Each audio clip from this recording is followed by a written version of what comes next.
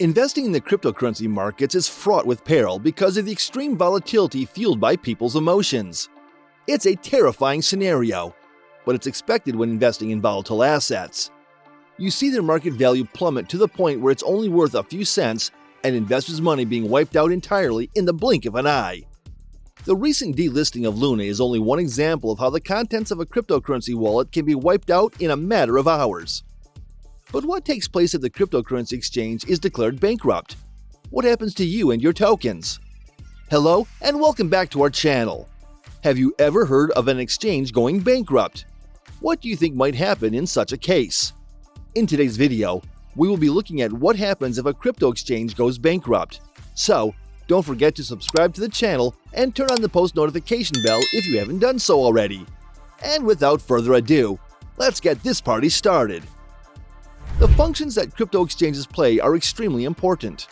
Nevertheless, no one has thought about what may occur if a cryptocurrency exchange that offers consumers custodial services suddenly goes out of business.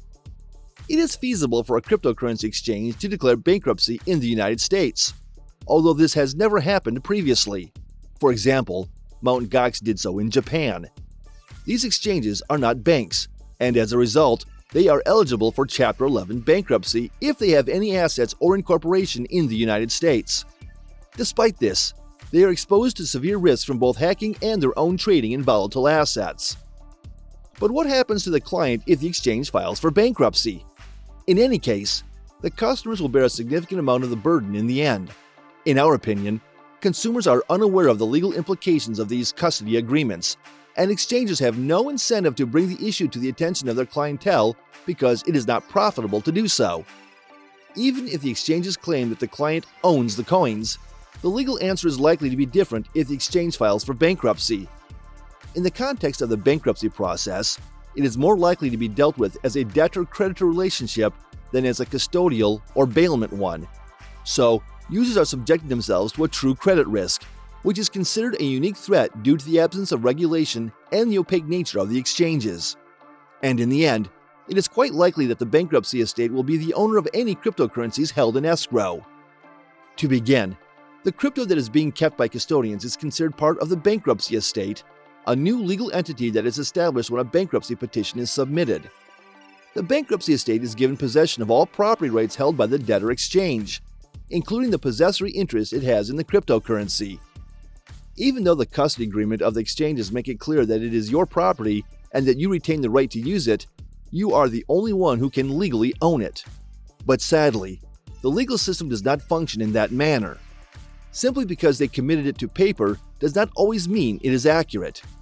The idea of ownership presents a few more challenges right from the start. In the field of law, there is no clear-cut answer to this term.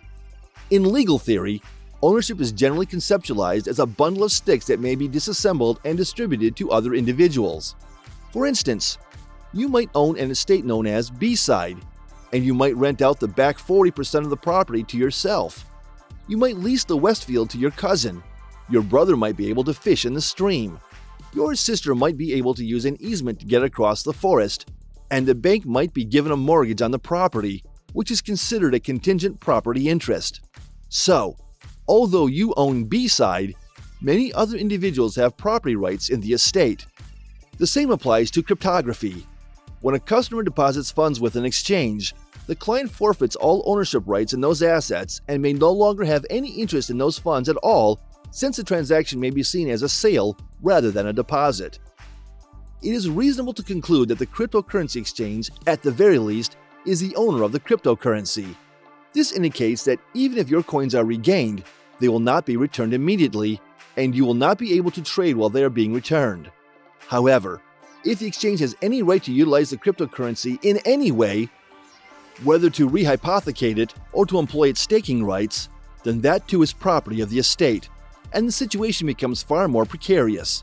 For instance, Coinbase gets a commission of 25% on any staking earnings it receives and also indemnifies the user for any financial losses that may result from the user's staking agreement. The shared profits and losses of an investment partnership make the partnership very visible. And things may get a lot worse for you if the cryptocurrency you have can't be used by the exchange.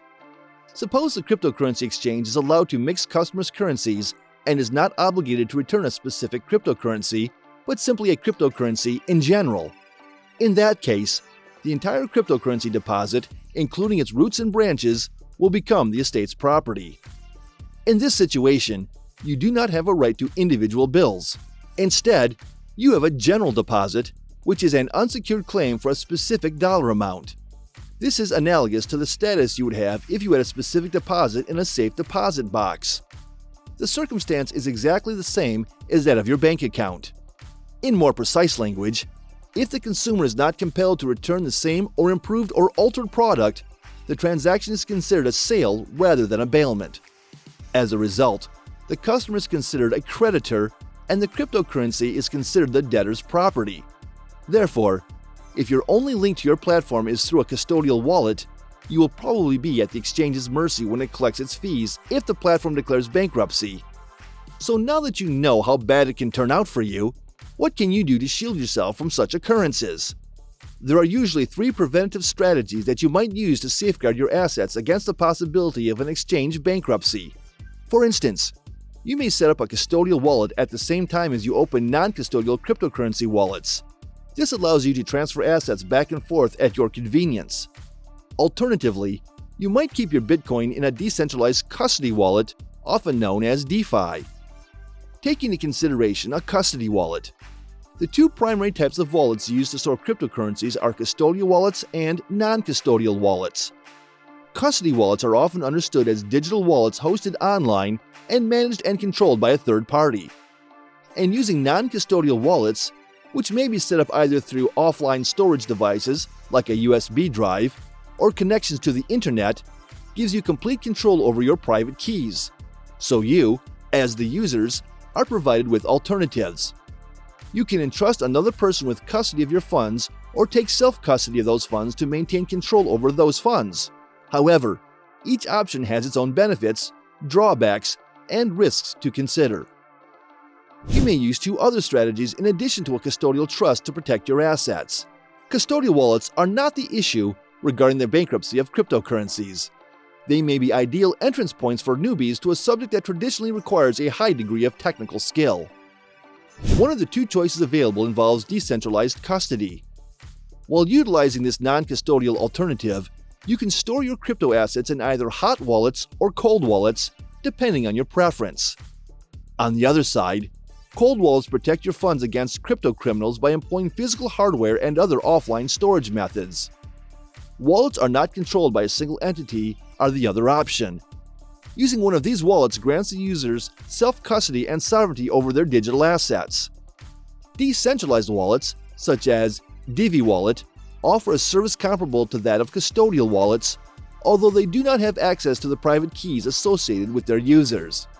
However, the most significant problem is that your cryptocurrency holding may be lost if an exchange or investing platform fails. Since those assets are first used to pay for legal expenditures and obligations owed to creditors, even though the return is not guaranteed, it takes longer for clients to receive what they have invested because of this. There is a wide selection of storage options available, such as decentralized custody and DeFi wallets, which you may use if you want more control over your crypto holdings. So, how much control you desire over your assets ultimately determines which strategy is best for you. Well, there you have what happens if a crypto exchange goes bankrupt. And by reaching this point, we mark the end of this video. So, what do you think about exchanges going bankrupt? Do you think it will affect you anytime soon? Comment below. Let's engage! Also, please leave a like, subscribe, and don't forget to turn on the notification bell for more amazing videos.